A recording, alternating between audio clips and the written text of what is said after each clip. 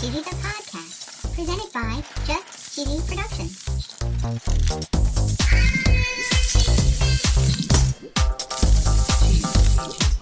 Hi there, I'm your host Fondue. I'm Cheesy. In this week's episode, we're talking all about National Cheese Fries Day. We're talking about the origin of cheese fries, poutine, tartiflette, and other tater and cheese dishes from around the world. Taters. We're even going to learn about the winner of a literal boatload of cheese. A boatload? And of course, no episode would be complete without our very cheesy joke. Yeah, joke. Stay tuned for episode 178, Cheese Fries, on Just Cheesy, the podcast.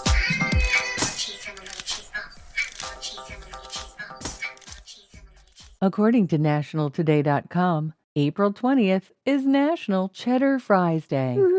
And this holiday started at Snuffers Restaurant and Bar in Dallas in 2016. Wow. This restaurant is famous for its cheddar fries made from Idaho potatoes and aged Wisconsin cheese. Yum. They say the restaurant has had this dish all the way since 1978. Holy cow. You'd think this would be quite straightforward, Yeah. but according to avico.co.uk, loaded fries have different origin stories. Whoa. In 1956, Austin Ruse works at Dairy Queen and creates chili cheese fries in Missouri. Wow. And apparently they never became part of the menu, but they could be specially ordered. And people believe that the cheese fries became popular because the famous cheese in a can showed up on supermarket shelves in that same year. And that cheese was Cheese Whiz. Ooh, yum. Some credit a 16-year-old named Don Jenkins who worked at Dairy Queen in Texas with inventing the cheese fries. Whoa. Heck, there's even rumors about New York, Chicago, and Philadelphia. Whoa. New Yorkers make theirs with either cheddar or mozzarella, brown gravy, and chili. Yum. Philly serves theirs with Monterey Jack and chili. Ooh. And Chicago uses chili con carne and cheddar cheese. Wow. And what I find interesting is that poutine was actually invented in 1957, so it's pretty close to the cheese fries era. Oh, yeah. The National Poutine Holiday is on April 11th. Wow. I personally think you could make the case that cheese fries and poutine are pretty similar. Are they? Poutine is made of French fries, cheese curds, and it's served with gravy on top. Yum. And this dish, of course, has two different origin stories. Of course. Ferdinand Lachance of Café Ideal said he had first added curds to fries at the request of a customer in 1957. Wow. The customer wanted curds and fries just thrown together in a bag. Yum. And he remarked, "This is a poutine," using the Quebecois slang for a mess. Oh, boy. Gravy wasn't added until 1963. Really? Customers complained that the fries grew cold too quickly on the plate. Oh, no. They say here he doused the fries and curds with gravy to keep them warm. Oh, yeah. In 1964, in Drummondville, John Paul Roy claims he invented poutine at his drive-in restaurant. Really? He said he had been serving fries in a special sauce since 1958, and he called it patat sauce. What's a patat? It's French for potato. Ah. He said he noticed customers were adding cheese curds to the fries, which he sold in bags at his snack counter, and he added this dish to the regular menu under the name fromage patat sauce. Ooh, yum. Poutine and cheese fries are not sponsors. Nope. But if they were, their ad would go right here.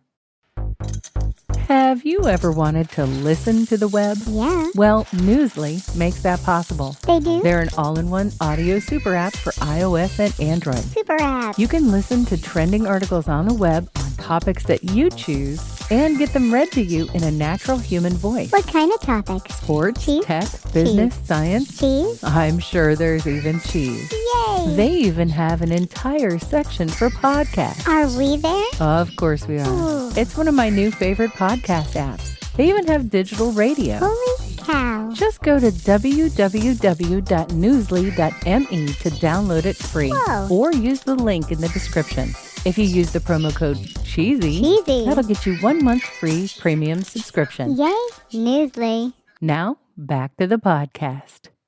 Cheese fries and poutine are just a couple of many, many cheese and potato dishes. Ooh. One of the very first that comes to mind are au gratin potatoes. Oh, yeah. And I don't know if you knew this, but au gratin is just a French cooking term. It is? And it refers to any dish topped with cheese and breadcrumbs and browned under a broiler. I could have hot dogs au gratin. You sure could. Wow. Southernliving.com gives us the difference between scalloped potatoes and potatoes au gratin. Really? And apparently, it's just this French cooking technique. Yeah. Scalloped potatoes are usually baked in a cream sauce until soft and tender with no cheese topping. Ooh. And au gratin potatoes actually have the cheese sprinkled between the layers and also on top of the casserole. Yum. Similar to the au gratin, there is a dish called tartiflette. Ooh. In the world of cheese, this is a relatively new dish. Yeah. This was developed in the 1980s Whoa. in order to promote the sale of reblochon cheese. Ooh. And reblochon gets its name from the French verb reblocher, which literally translates to pinch the cow's udder again. Whoa.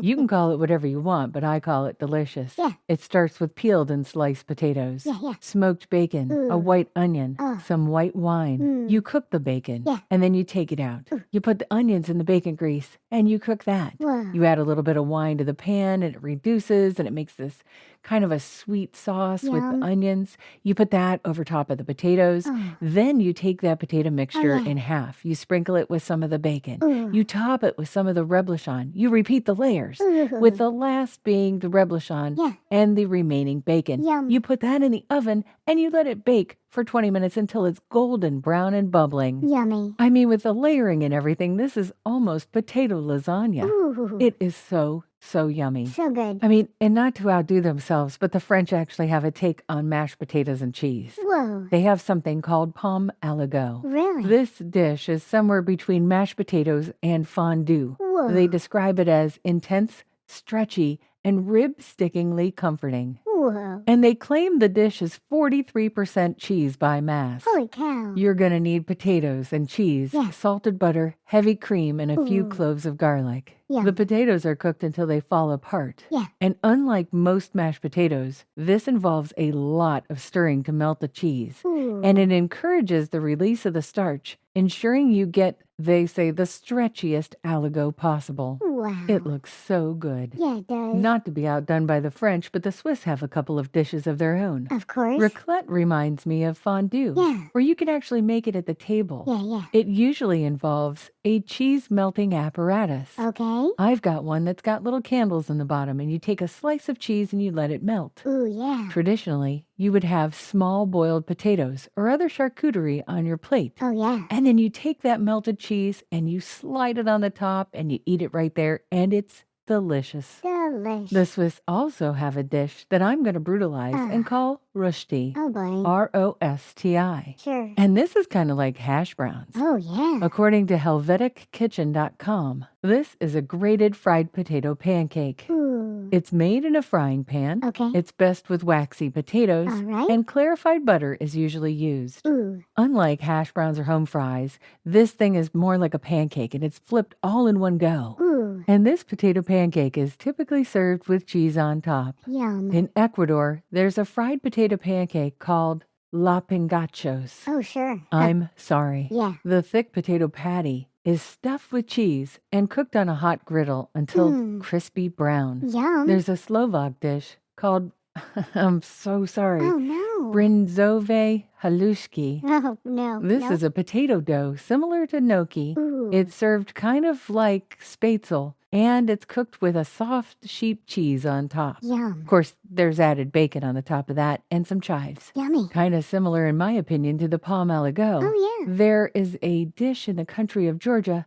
called Oh, no. tash majabi. Oh, sure. For every 1 kilogram of potatoes, a half a kilogram of cheese is required. Okay. You cook the potatoes in the skin. Okay. Once they cool, you peel them. You put them in a pot, you mash them. Okay. You pour milk and hot water on them. Ooh. You put it over a low flame and you mix in the powdered cheese. Ooh. And of course, you stir until the cheese melts and the whole thing is uniform and stretchy. Whoa. And when you take it to the table, you make an indentation in the middle and you put some melted butter inside. Ooh, that sounds so good. Yeah, it does. It's time for my favorite segment. This week in cheese. According to KMBC.com, there's a woman in Kansas who won a literal boatload of cheese. A boatload. Tillamook Cheese had a very special giveaway honoring its birthday and National Cheddar Day. Whoa. The winner was set to take home 1,909 pounds of Tillamook cheese. Holy cow. The prize was actually hand-delivered to her on a boat on April 1st. Wow. And they say it might have sounded like an April Fool's prank, Yeah. but there's no faking what showed up in her driveway.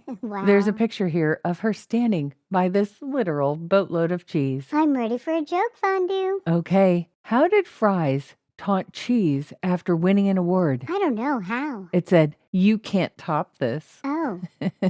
Get it? You can't top this? Ha ha ha. Because cheese is sort of on top of fries, cheese fries. It's dorky. Yeah, I know. It was dorky Yeah. and a little bit cheesy. Thanks for listening to Just Cheesy the Podcast, episode 178, Cheese Fries. Thank you. You know, we started a new saying a few weeks ago, Yeah. and I'd say that this episode is giving cheese. Giving cheese. Check out YouTube Shorts to find out the definition of giving cheese. And stay cheesy, everybody.